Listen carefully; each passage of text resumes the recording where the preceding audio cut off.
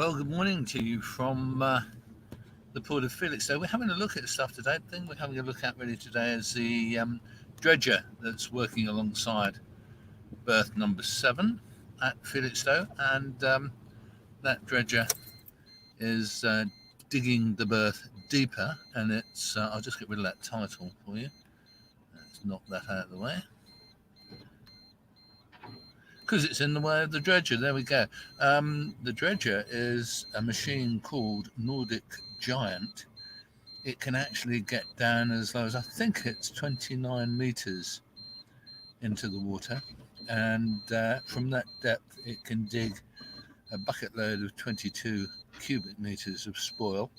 What they're doing there is deepening berth number 7 so that they can take bigger ships alongside.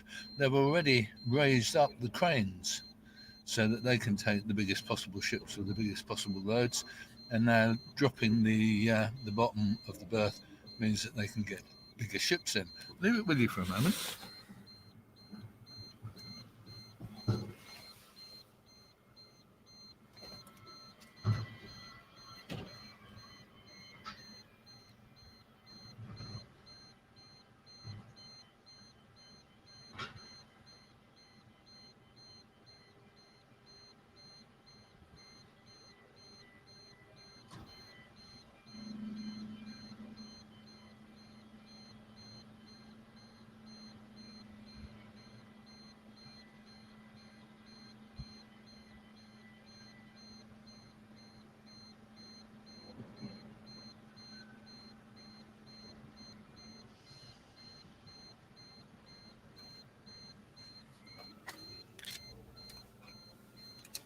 So that's done that. Okay, so as you can see, it's got a very large digger on it, all of which goes underwater nearly.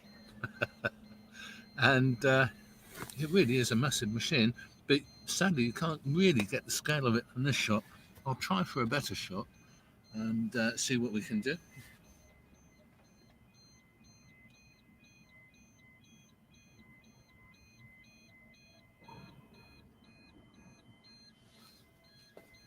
How's that? Is that better? I think possibly a little bit. Let's see if I can get it a bit more centered. Let's see what that's like. How's that? Yeah, you can see that's a very mighty digger indeed.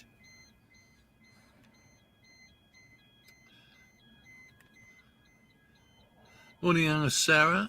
Morning, Tina. Hope you're well, both of you. Hope you're going to work, Sarah. And also give a bit of a shout out to, don't know if he'll be on here this morning, but a friend of mine, Jerry Huggins, who I've already had a conversation with this morning. My goodness, we don't mess about, do we? Now, one of the things that people have asked in the past that we know a little bit about is the barges and tugs that came into the port the other day, which we showed as they were coming in, just as stills, really. But it's an interesting one. We didn't really know much about it until we did some research. And the research told us that what these barges are, in fact, are what are called split barges. Split barges are used when you're using a dredger like this one to remove the spoil. How does it work, you may ask? Well, in a straightforward and simple manner, what happens is that the barge effectively is hinged along the centre line, and it has hydraulic rams at either end of the barge, and they effectively, what you've got is a barge that's split in halves all the way down. So it's actually effectively two hulls joined together on the centre line, so it forms a boat shape. And those two hulls actually split apart, and because I thought you might be interested, I thought I'd give you a show of what it looks like. So you can see down there at the bottom there's hydraulic rams that force the hulls apart at the bottom, and therefore when it's filled up with spoil from the seabed, those rams open it and all the spoil falls out. It's a really clever idea, isn't it? Very straightforward, I think, really. Here's another view of the inside of one of those barges. You can see the V-shaped cutout that allows them to open, can't you? Okay, and it's not just restricted to barges. Some dredgers, like this one, are actually built in the same way, and that makes I should think that makes a really complicated build. It's got an engine in each of the two halves of the hull, but the bridge and the accommodation block must be, I'm not sure how they do it, it must be kind of rigged so that it stays horizontal when the barge is split in halves. It's interesting, isn't it? Well, I think it is. And I'm sure some people won't agree, or many people won't agree. There you go, as you can see, the dredger works away solidly. The large poles with the right white rings around them are what are called spuds. They actually dig down into the soil, into the subsoil of the seabed, and hold the barge with the crane on in fixed position. You can't see it clearly in this angle, but in fact there are three spuds. There's one spud right at the back end, which is the one that you can see most of. Then there are two opposite each other on either side of the barge. So you can see she can actually stay very firmly in one position all the time.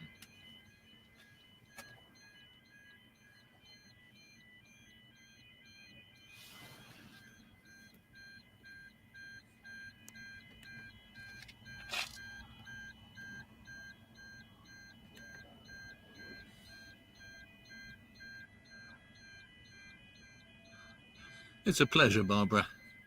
I enjoyed doing it, so it's good to share.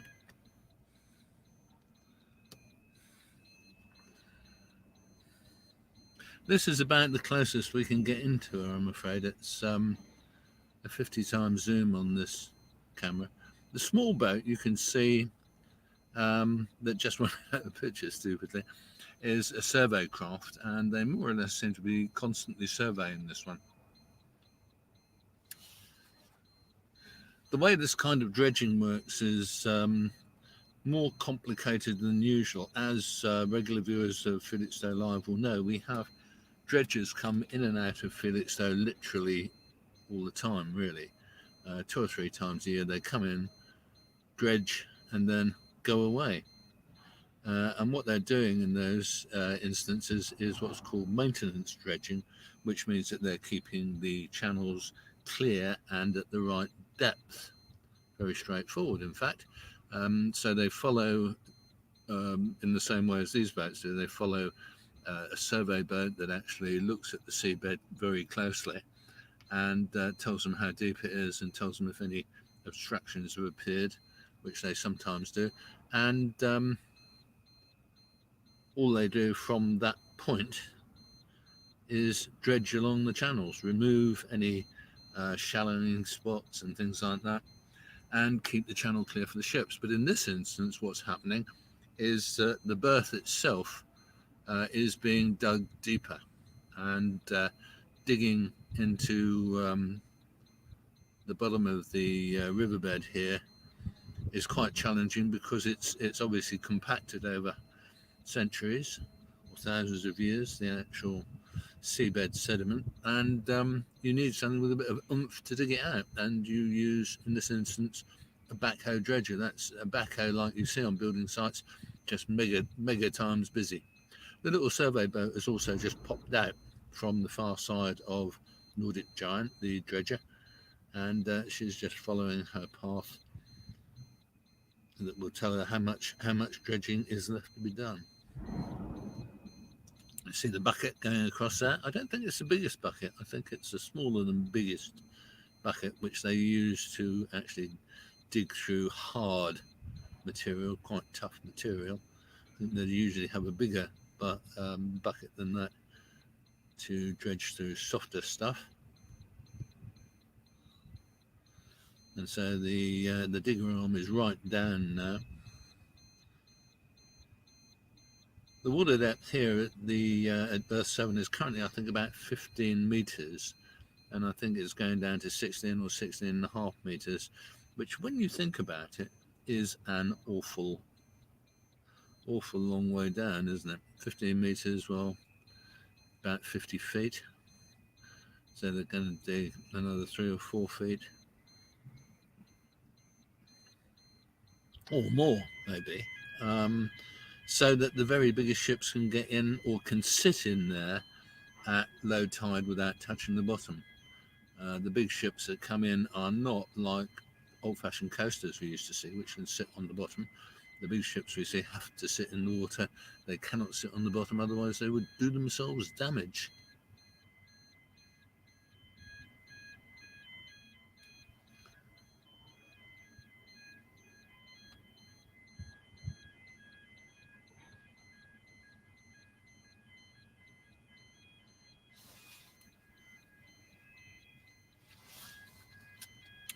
Any questions, observations, or anything that you've got? Happy to provide if I can. Can't always. I don't have all the answers. You can now see the barge itself more clearly, the white bit. You can see where the little tug is, a relatively little tug. She's about 25, 26 meters long. And she will tow that barge when it's full out to the spoil ground, to this disposal ground, where she just splits in the way you've seen and dumps the spoil. Very straightforward.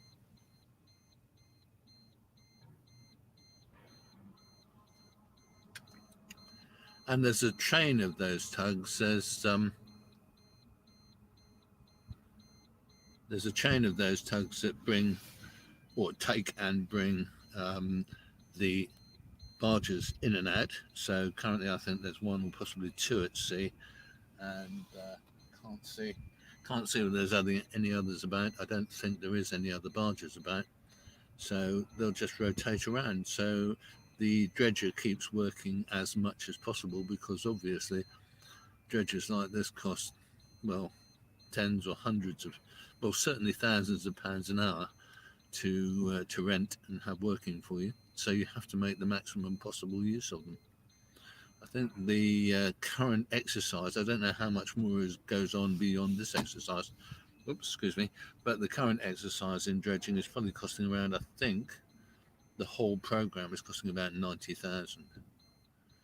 You can see when you look at the dredger quite closely, if you've got high def, you can see that the bucket is really pretty full, not really overflowing, because don't forget that stuff washes up or washes off the bucket as the bucket comes up.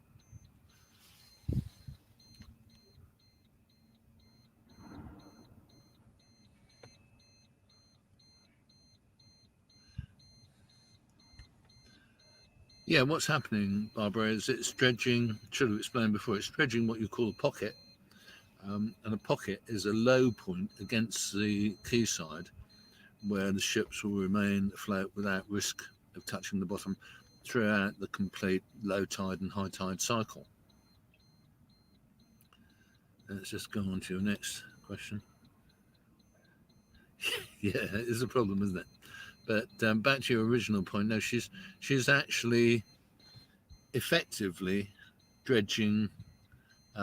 She's actually anchored by those big posts that you can see there. The spuds are actually driven or pushed into the seabed as far as they can, and that holds her in a fixed position. But she's dredging in a pocket alongside the quay. I'll show you a bit more of where the quay, on the quay she's actually working, so you can get a better impression. There you go. So you can now see that she's actually working on the quayside at berth 7, and the dredger is employed to dredge close to the quay wall, because if the ship went in, the Strandway, which is currently the dredger on duty here, working alongside Nordic Giant, if she went in very close to the quay wall, it's possible she could do the quay wall some damage, or she could do herself some damage, more likely, I think, because the dredger's underwater equipment could bash into the quay wall and end up being in a silly situation, I think.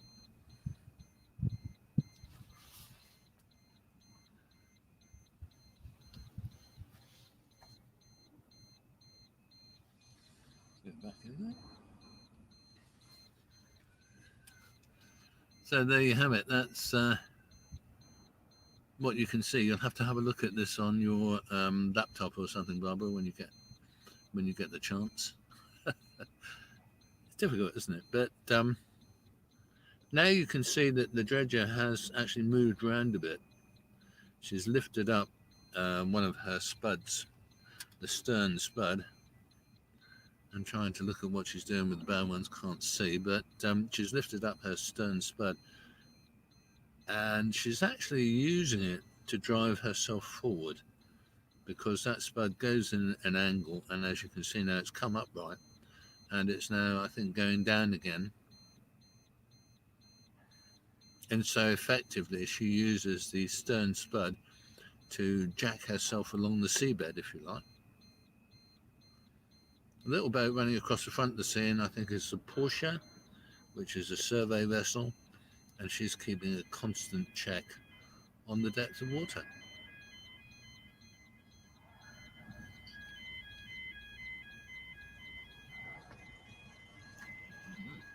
Isn't it?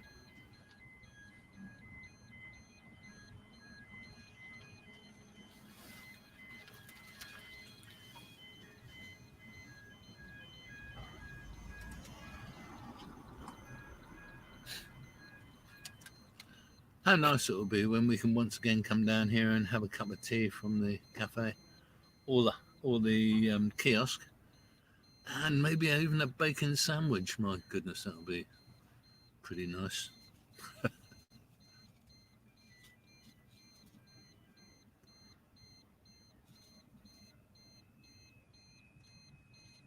I was hoping that one of the tugs with one of the barges would come past in the time we've got, but we don't have much more than another 10 minutes or so. So we'll just watch this operation going on, because from my point of view, it is quite interesting. I do enjoy it.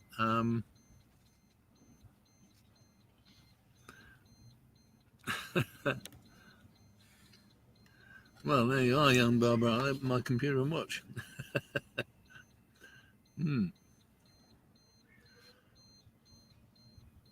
Sounds like a plan, doesn't it, Barbara? Okay. Any questions? Any points you'd like to make? Any issues you'd like to raise? Do remember that this one, from the point of view, it's a really interesting shot. Oh, I see. Okay. Sorry about that. I just got sidetracked for a moment. Looked like a yacht mast going behind the cranes. I don't know. Yeah, I can see it. There is a yacht mast going behind the cranes. Can you see that? I don't know.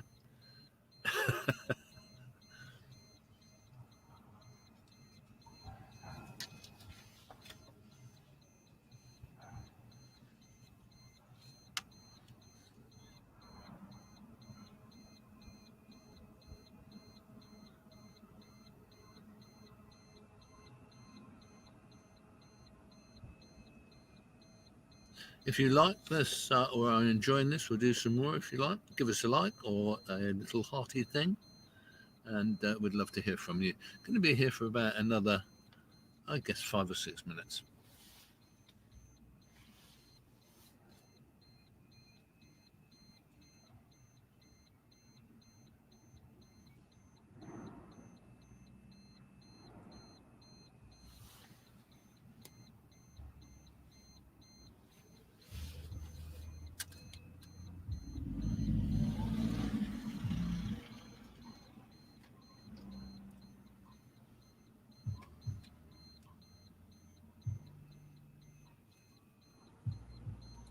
And there you go. We'll give you a little bit of a look over at the ship that's in now, which is the Roma Express. Have a look at her.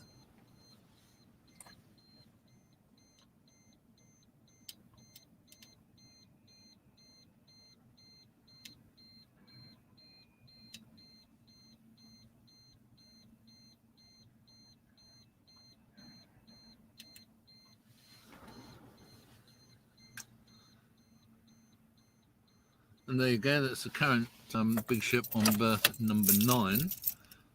Rome. I thought it was Roma, but in fact it's Rome Express.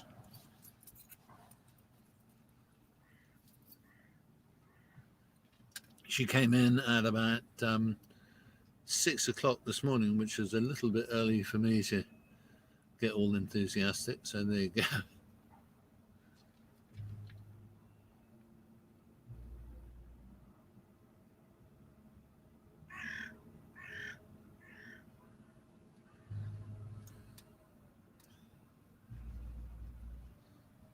You can just about still see Nordic Giant up at the end of the quay there, working away. See the two white bands at the top of two of her spuds.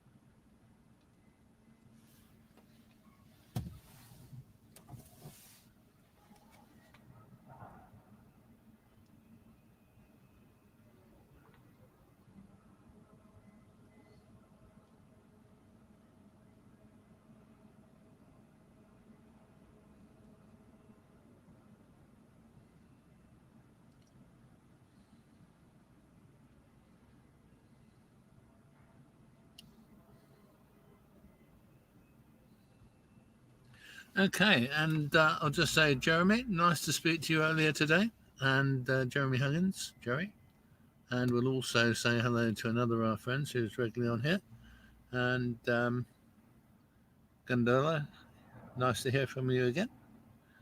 I wish you were happy. So what a nice person you are. Another big container ship, yeah. It's unloading through Hapag-Lloyd, yeah. So I assume it is. Quite a nice looking ship, isn't it? I must say, actually.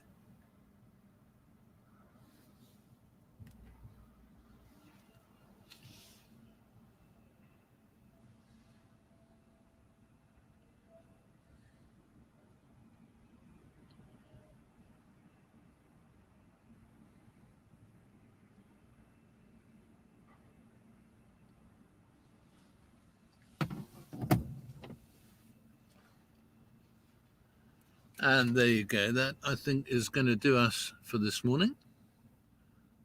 I'm going to go home and have a cup of tea now. I had a very nice cheese sandwich for breakfast, so toasted cheese. Gosh, we know how to live here on Felixstowe Live. And I hope you found a bit interesting about the split barges and that dredger. We'll put a little bit of the dredger up on its own separately, just to give you an idea of how that works again, give you a bit more of a clue.